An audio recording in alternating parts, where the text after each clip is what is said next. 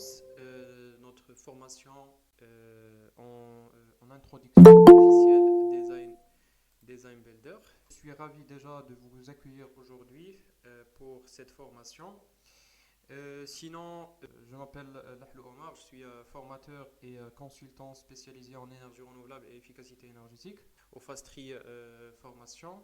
Donc, au cours de cette formation, on va voir les fondamentaux de Design Builder, d'accord, qui est un logiciel de la simulation thermique des bâtiments, d'accord.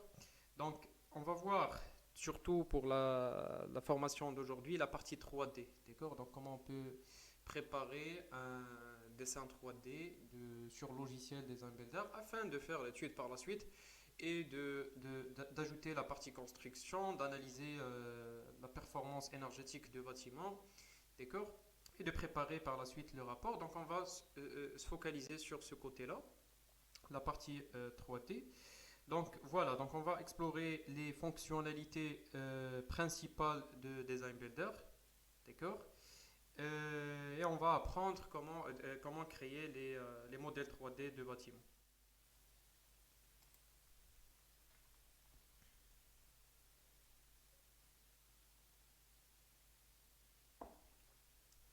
D'accord.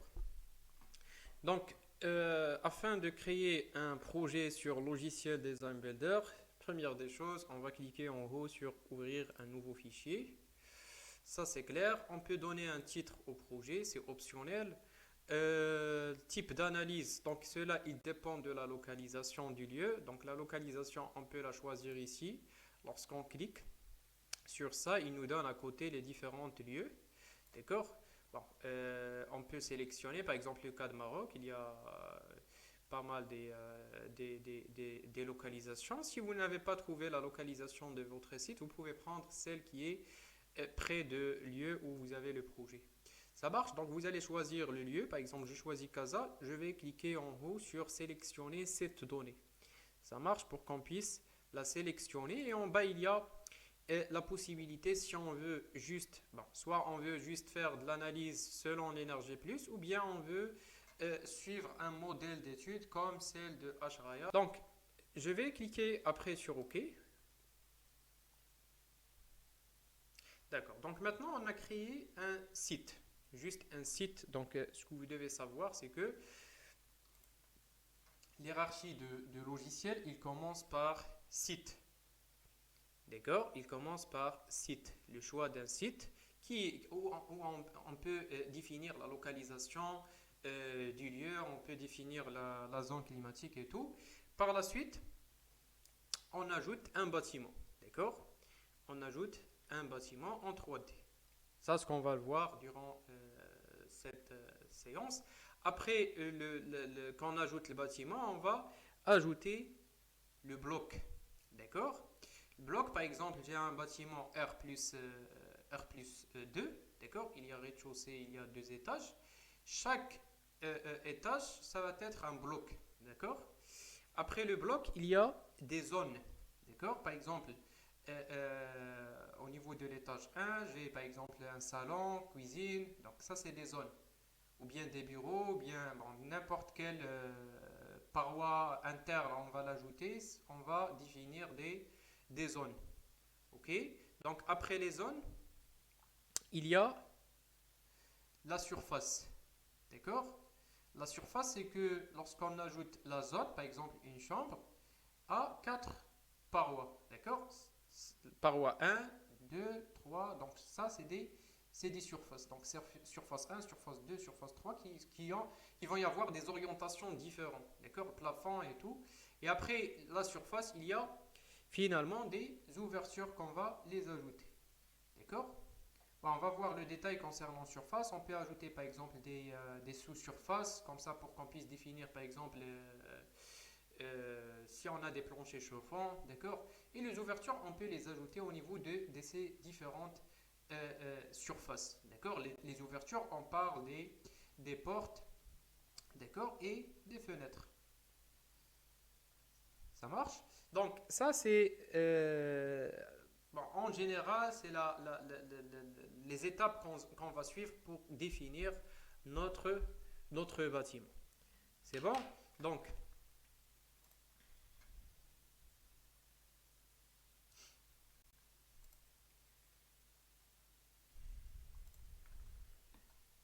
alors, par la suite, on clique sur Ajouter nouveau bâtiment qui est à côté.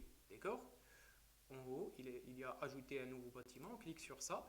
Bon, ici, il y a la possibilité. Soit on ajoute un bâtiment, un nouveau bâtiment directement, ou bien je peux importer, par exemple, un dessin 2D. Sinon, on clique sur directement sur un nouveau bâtiment. OK? Donc ici, on va définir le type, donc le type de bâtiment, les paramètres et tout. On peut les donner par défaut, on peut les modifier après. C'est bon? Donc ici, on a par exemple l'activité Generic Office Area. Donc ça, c'est pour le cas des bureaux. D'accord? L'activité, c'est des bureaux. Donc ici, je peux le modifier même après. Il y a la possibilité de définir les activités pour chaque zone. D'accord? Pour chaque bloc et pour le bâtiment, si on veut, en général.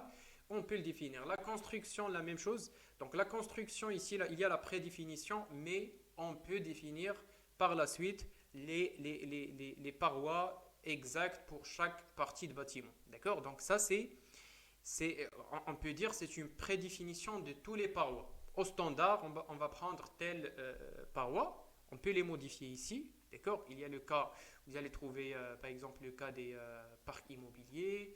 On a ici maisons non isolées, des maisons non isolées lourdes. D'accord?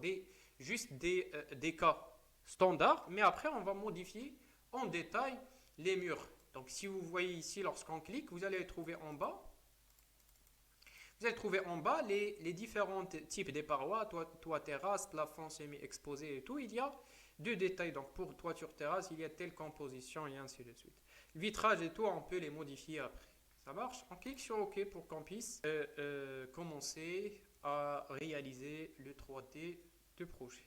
Bon, ici on va trouver cette fenêtre où on va créer le dessin. À côté, il y a hiérarchique qu'on a parlé tout à l'heure. Donc ça c'est site. D'accord? Ça c'est le site qu'on a créé. On n'a pas donné le nom. Après, il y a le bâtiment.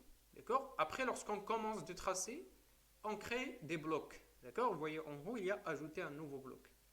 Ça marche? Donc, il y a ici des utiles. Il y a ajouter des nouveaux blocs. Je peux ajouter des surfaces au niveau des blocs qu'on a ajoutés. On peut ajouter des panneaux solaires photovoltaïques ou bien des panneaux solaires thermiques.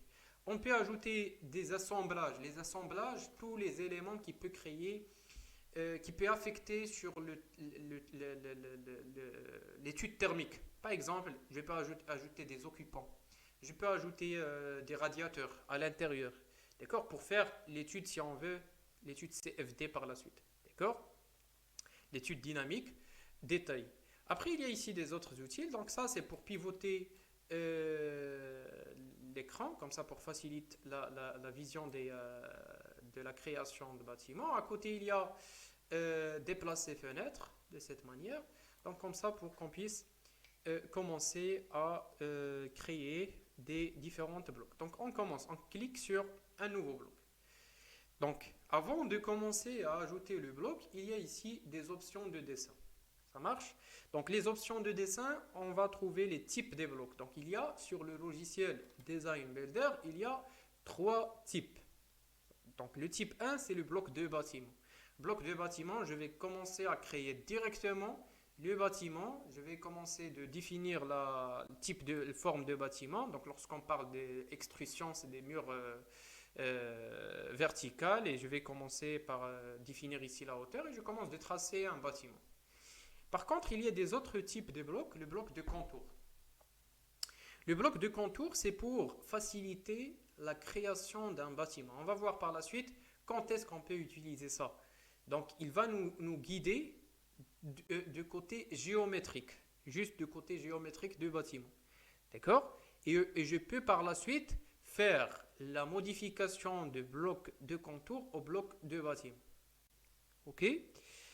Après, il y a bloc composant. Bloc composant, donc, lorsqu'on sélectionne bloc de composant, le logiciel il ajoute cette partie-là, standard terrain adiabatique. Donc, il y a des blocs de composants standards. Standard, c'est que on ajoute, par exemple, lorsque je vais ajouter des balcons, je vais utiliser blocs de composants.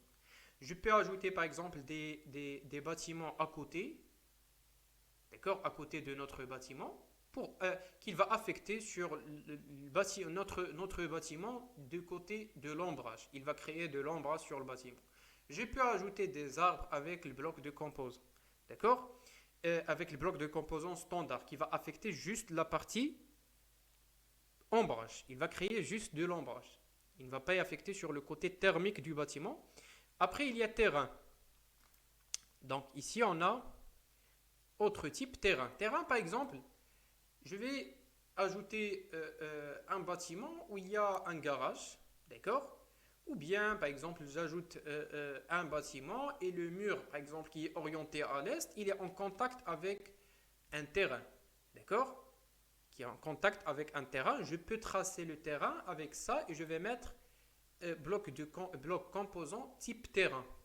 Donc, ce qui fait, je vais dire au logiciel, voilà, il y a un terrain qui est en contact avec cette partie de bâtiment. Il y a adiabatique. L'adiabatique, c'est que lorsqu'on aura un mur adjacent, donc lorsqu'on aura par exemple un bâtiment qui est à côté de notre site, mais directement, donc il va affecter sur notre projet d'un côté thermique, d'accord? Il y a de flux thermique entre les parois de bâtiments voisins et le bâtiment qu'on est en train de l'étudier. Ok? Donc après, il y a ici les formes. Les formes, la même chose pour bloc de composants, bloc de contour, bloc de bâtiment, la même chose, les formes, la hauteur, auto-compléter le bloc pour automatiquement le logiciel, il va donc on trace le 2D, il va mettre le 3D. Le périmètre, la forme, d'accord, polygone, rectangle, cercle, c'est toujours les trois formes pour les trois types de blocs. Et les lignes, le type de ligne, donc soit arc ou bien ligne droite. Alors, on va commencer à créer un bâtiment, un simple bâtiment, d'accord? Je commence à tracer. Donc, lorsqu'on clique, vous allez voir qu'il y a cette couleur qui est en rouge parce que la ligne, il va suivre l'axe rouge ou bien il peut suivre l'axe vert. Donc ici, on va tracer selon, par exemple, l'axe rouge et je vais mettre la distance exacte. Donc, pour ne pas modifier le curseur et ça sera un peu difficile d'avoir directement la valeur. Donc, je vais taper sur clavier la longueur de bâtiment. Par exemple, je vais taper 12 mètres. D'accord? Lorsqu'on tape, vous voyez ici la longueur en mètres. Donc 1, 2 et entrée. C'est bon? Après, on ajoute autre côté, donc par exemple 10 mètres. D'accord? Et je vais fermer. Donc ici, le logiciel, il va nous guider pour fermer ce bloc. Voilà. Alors, donc ici, j'ai tracé l'étage 1. Donc la hauteur de l'étage, il est à 3,5 parce qu'on a ici 3,5. On peut le modifier avant, d'accord, avant de faire ça. Ou bien, si par exemple, j'ai tracé, je veux modifier ça, je peux cliquer sur échappe et après je sélectionne le bloc et je peux cliquer par exemple sur ça, tirer une face, d'accord? Je peux ajouter par exemple plus de la hauteur, par exemple à 1 mètre. Ça marche, ou bien je vais réduire la hauteur à 1 mètre. D'accord? Je peux taper 1 et entrer. C'est bon? Alors, ici vous allez voir qu'il y a des ouvertures. Ça, c'est des ouvertures au standard logiciel il a ajouté. On peut le modifier après avec la partie ouverture. Tout ça, il va être modifié. Donc, au standard, il ajoute comme ça. Dépend de ce qu'on a vu tout à l'heure par défaut, les ouvertures, les murs et tout. Donc, il va prendre par défaut des ouvertures avec tel pourcentage par rapport à la surface totale des murs. Mais on peut modifier ça après.